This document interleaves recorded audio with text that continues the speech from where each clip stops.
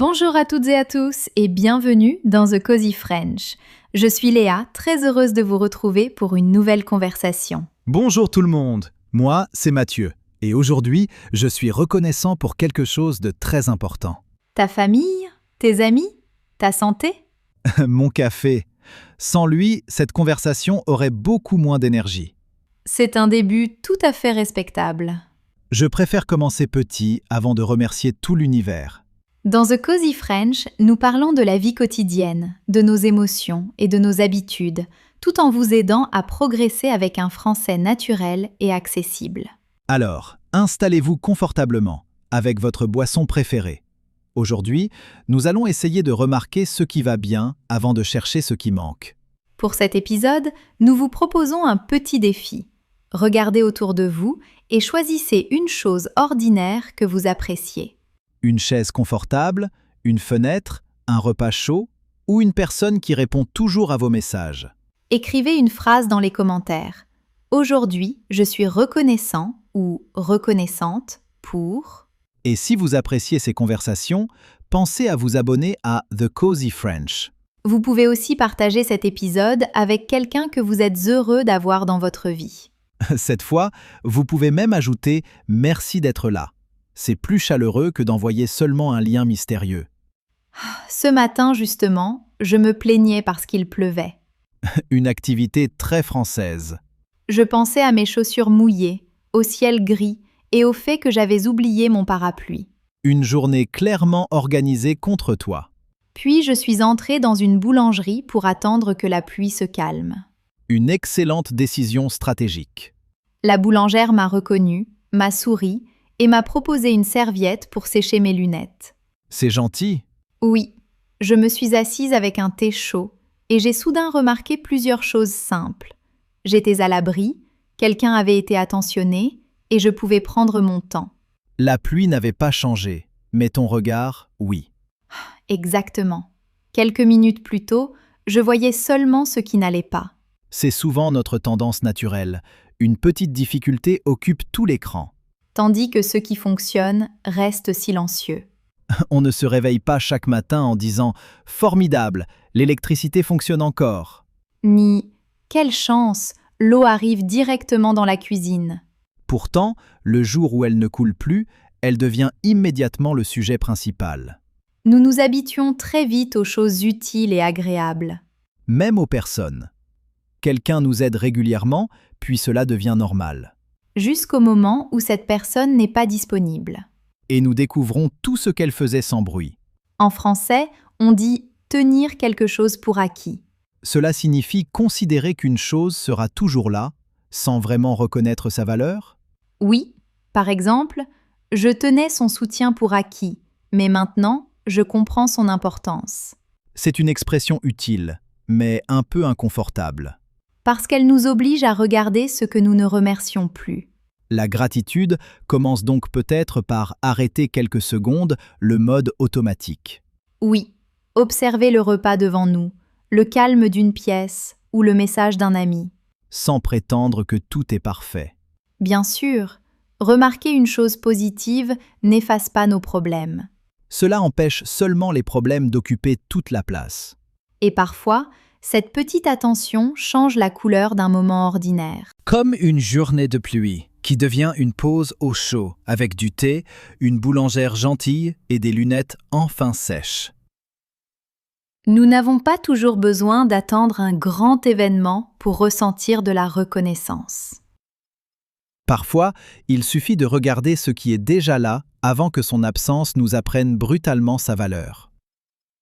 Ce qui est déjà là devient vite invisible, surtout quand nous regardons constamment ce que les autres possèdent.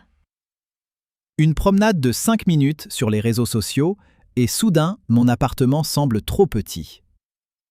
Alors qu'il te convenait très bien avant. Oui, mais j'ai vu une cuisine immense, un balcon avec des plantes et une salle de bain plus grande que mon salon. Tu as immédiatement voulu déménager ? Pendant environ 10 minutes, j'ai imaginé une nouvelle vie avec 3 fenêtres et une machine à café professionnelle. C'est le pouvoir de la comparaison. Elles changent notre perception sans changer notre réalité. Mon appartement était exactement le même, mais il me paraissait soudain moins agréable. Nous comparons souvent notre quotidien complet avec le meilleur moment présenté par quelqu'un d'autre. Leur voyage, leur promotion ou leur salon parfaitement rangé. Sans voir les difficultés, les inquiétudes ou le linge caché derrière la porte. Je savais que ces appartements avaient un secret. La comparaison n'est pas toujours mauvaise. Elle peut nous donner des idées ou nous encourager. Le problème commence quand chaque image devient une preuve que notre vie n'est pas suffisante. Oui, on oublie alors ce que nous avons construit, simplement parce que quelqu'un semble avoir davantage. Et il y aura toujours quelqu'un avec une maison plus grande, un meilleur salaire ou des vacances plus élégantes. Si notre satisfaction dépend d'être devant tout le monde, elle ne durera jamais longtemps. Même après avoir obtenu quelque chose, nous nous y habituons. Exactement. Un nouvel objet nous rend heureux pendant un moment, puis il devient normal. Comme mon téléphone. Le jour où je l'ai acheté, je le regardais avec admiration. Et maintenant, Je me plains parce que la batterie ne tient pas assez longtemps. c'est une adaptation naturelle. Mais sans attention consciente, nous passons rapidement de « quelle chance » à « ce n'est pas assez ». En français, on dit « avoir les yeux plus gros que le ventre ». Cette expression signifie vouloir ou prendre plus que ce dont on a réellement besoin, surtout pour la nourriture. Par exemple, j'ai commandé 3 desserts. J'ai eu les yeux plus gros que le ventre. On peut aussi l'utiliser avec humour pour parler d'un projet trop ambitieux. Comme vouloir apprendre 3 langues, faire du sport chaque jour et rénover sa cuisine en un mois. Tout en travaillant à temps plein. Mon lundi ressemble parfois à ça. Vouloir progresser n'est pas un problème. Mais quand notre regard reste toujours fixé sur l'étape suivante, nous ne vivons jamais vraiment celle que nous avons atteinte. Dès que j'obtiens quelque chose, je demande « et maintenant ?» La gratitude peut créer une pause avant cette nouvelle course. Une pause pour reconnaître le chemin déjà parcouru. Oui. Par exemple, je veux améliorer mon français, mais je suis aussi reconnaissante de comprendre aujourd'hui des phrases qui étaient difficiles l'année dernière. On peut être fier du progrès sans prétendre que l'apprentissage est terminé. Exactement. Gratitude et ambition ne sont pas ennemis. Mais comment éviter la comparaison quand elle est partout ? On peut d'abord remarquer son effet. Après avoir regardé certains contenus, est-ce que je me sens inspirée ou inférieure ? Si je me sens toujours insuffisant, il faut peut-être réduire leur place. Ou se rappeler ce que l'image ne montre pas. Le travail, le prix, les problèmes et le linge derrière la porte. Ensuite, on peut revenir à une question plus personnelle. Qu'est-ce qui est réellement important pour moi ? Peut-être que je n'ai pas besoin d'une immense cuisine. Je cuisine déjà très peu dans la petite. Voilà une observation honnête. Mon rêve de machine professionnelle vient peut-être surtout des vidéos. Quand nous distinguons nos vrais désirs de ceux que la comparaison fabrique, nous retrouvons un peu de calme. Et nous pouvons apprécier ce que nous avons sans interdire tous les nouveaux projets. Oui, la gratitude ne dit pas « ne veux plus rien ». Elle dit plutôt, avant de courir vers davantage, regarde si ce qui est déjà là mérite enfin ton attention. Il y a quelques années, j'ai eu un problème au poignet qui m'a empêché d'utiliser ma main droite pendant plusieurs semaines. Tu t'étais blessé comment ? En tombant dans un escalier. Rien de très spectaculaire, mais suffisamment pour porter une attelle. Une attelle, c'est ce support qui empêche une partie du corps de trop bouger ? Exactement. Au début, je pensais surtout à la douleur et à tout ce que je ne pouvais plus faire normalement. Écrire, cuisiner, porter des sacs. Même attacher mes cheveux devenait une mission compliquée. Tu as essayé avec une seule main ? Oui, Le résultat ressemblait à une coiffure créée pendant une tempête. Une nouvelle tendance peut-être? Pendant les premiers jours, j'étais très frustrée. Je demandais constamment de l'aide. Ce n'était pas facile pour toi? Pas du tout. J'aime être autonome. Chaque petite difficulté me donnait l'impression d'avoir perdu une partie de ma liberté. Et qu'est-ce qui a changé? Un matin, j'ai réussi à préparer seule une tasse de thé. Cela paraît très simple. Justement, avant ma blessure, je n'aurais jamais considéré cela comme une réussite. Tu faisais du thé sans même y penser. Mais ce matin-là, j'ai dû tenir la bouilloire avec précaution, ouvrir une boîte et déplacer la tasse lentement. Tu as apprécié ce thé différemment? Beaucoup. Je me suis assise et j'ai pensé « J'ai tellement de chance de pouvoir faire cela ». Une capacité ordinaire avait soudain une grande valeur. Oui, j'ai commencé à remarquer toutes les choses que mon corps faisait habituellement sans recevoir aucun remerciement. Marcher, ouvrir une porte, porter un verre. Et aussi les personnes autour de moi. Une amie venait m'aider à faire les courses, mon voisin portait mes colis et ma sœur m'appelait chaque soir. Tu avais peut-être toujours su qu'ils étaient gentils. Oui, mais leur présence est devenue plus visible dans cette période. En français, on dit parfois « prendre conscience de quelque chose ».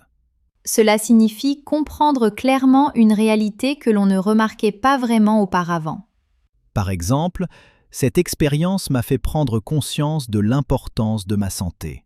Exactement. Mais je ne veux pas dire qu'il faut vivre une difficulté pour devenir reconnaissant. Heureusement, nous n'allons pas recommander à tout le monde de tomber dans un escalier. Non, mais les difficultés nous montrent parfois ce que l'habitude avait rendu invisible. Quand quelque chose fonctionne chaque jour, nous oublions facilement sa valeur. Jusqu'au moment où cela devient compliqué ou disparaît. Ton poignet a fini par guérir complètement? Oui, la première fois que j'ai pu écrire normalement, j'étais presque émue. Et cette gratitude a duré? Honnêtement, pas toujours. Après quelque temps, j'ai recommencé à utiliser ma main sans y penser. Notre cerveau retourne vite au mode automatique. C'est vrai, mais cette expérience revient parfois quand je me plains d'une petite gêne. Elle te rappelle que certaines choses ordinaires sont aussi des chances silencieuses. Oui, préparer un repas, marcher dehors ou écrire un message peuvent sembler banals, mais ils ne le sont pas pour tout le monde. La gratitude ne demande donc pas de rendre chaque geste extraordinaire. Non, elle demande seulement de reconnaître de temps en temps que ce geste est possible. Et peut-être de remercier les personnes qui nous aident avant qu'une difficulté nous oblige à comprendre leur importance. Exactement. Il vaut mieux dire merci pendant que les choses sont encore là. Parce que parfois, ce qui change notre regard n'est pas l'arrivée d'une chose nouvelle, mais la découverte soudaine de la valeur de tout ce que nous avions déjà. Il y a une idée qui me dérange parfois dans les discussions sur la gratitude. Laquelle? Cette impression qu'il faudrait toujours sourire et dire merci, même quand une situation nous fait souffrir. Comme si se plaindre une fois annulait toutes les bonnes choses de notre vie. Exactement. Pourtant, être reconnaissant ne signifie pas prétendre que tout va bien. On peut apprécier son travail tout en trouvant certaines journées épuisantes. Ou aimer sa famille tout en ayant besoin de poser des limites. Et être reconnaissant pour son appartement tout en souhaitant réparer la fenêtre qui laisse entrer la pluie. Surtout cette fenêtre. La gratitude ne remplace donc pas le propriétaire. Malheureusement non. Elle peut nous aider à voir ce qui fonctionne, mais elle ne doit pas nous empêcher d'agir sur ce qui ne fonctionne pas. Pourtant, certaines personnes répondent à un problème par « tu devrais déjà être content de ce que tu as ». Cette phrase peut faire culpabiliser quelqu'un au lieu de l'aider. Parce qu'elle ferme la conversation. Oui, imaginons qu'une personne soit malheureuse dans son travail. Elle peut être reconnaissante d'avoir un salaire et reconnaître en même temps que l'environnement lui fait du mal. Les deux réalités peuvent exister ensemble. Exactement. La gratitude n'efface ni la fatigue, ni la colère, ni la tristesse. Elle ajoute simplement une autre partie du tableau. J'aime cette image. Un tableau peut contenir des zones lumineuses et des zones sombres. sans que l'une rende l'autre fausse. En français, on dit faire la part des choses. Cela signifie distinguer plusieurs aspects d'une situation pour la regarder avec plus d'équilibre. Oui, par exemple, cette période est difficile, mais j'essaie de faire la part des choses et de reconnaître aussi ce qui m'aide. Donc, on évite deux extrêmes. Tout est merveilleux et tout est horrible. Exactement. La réalité se trouve souvent entre les deux. Mais est-ce qu'on peut vouloir davantage sans être ingrat? Bien sûr, tu peux apprécier ton niveau actuel en français et vouloir continuer à progresser. Je peux aimer mon appartement et chercher un logement avec une vraie cuisine. Tu reviens encore à cette cuisine immense. J'ai réduit mes ambitions. Je demande seulement une table ou couper un oignon. C'est raisonnable. Le désir de changement devient problématique, surtout lorsqu'il nous empêche totalement de voir le présent. Comme dire « je serai heureux uniquement quand j'aurai obtenu cela ». Oui, parce qu'après l'avoir obtenu, une nouvelle condition risque d'apparaître. Je serai heureux avec un nouvel emploi, puis je serai heureux avec une promotion. La gratitude nous rappelle que nous pouvons construire l'avenir sans reporter toute notre satisfaction. Mais dans une situation injuste, faut-il vraiment chercher quelque chose de positif? Pas immédiatement, et certainement pas sous la pression des autres. Une personne a le droit d'être blessée, en colère ou déçue. Elle n'a pas besoin de transformer chaque douleur en leçon le jour même. Exactement. La reconnaissance doit rester une invitation, jamais une obligation. Et parfois, elle porte seulement sur le soutien reçu pendant la difficulté. Oui, on peut détester une épreuve tout en étant reconnaissant envers l'ami qui reste présent. Cela me semble beaucoup plus humain. On peut donc dire « Cette situation est difficile, je veux qu'elle change, et je remarque aussi ce qui m'aide à tenir. » Ce petit « et » est important. Il nous permet de garder la vérité entière. Finalement, être reconnaissant ne signifie pas accepter une vie qui nous blesse, arrêter de rêver ou sourire quand on veut pleurer. Cela signifie simplement refuser que ce qui manque nous fasse oublier tout ce qui nous soutient déjà pendant que nous avançons. La gratitude paraît simple quand on en parle, mais elle disparaît vite quand la journée devient chargée. Oui, le matin, je veux remercier la vie. À 10 heures, je critique déjà l'imprimante. L'imprimante peut vraiment tester notre philosophie. Elle choisit toujours le moment important pour demander une nouvelle cartouche. C'est justement pour cela que la gratitude doit devenir une petite habitude, pas seulement une émotion exceptionnelle. Comment commencer sans écrire un long journal chaque soir? On peut simplement choisir 3 choses précises que l'on a appréciées dans la journée. 3 grandes réussites?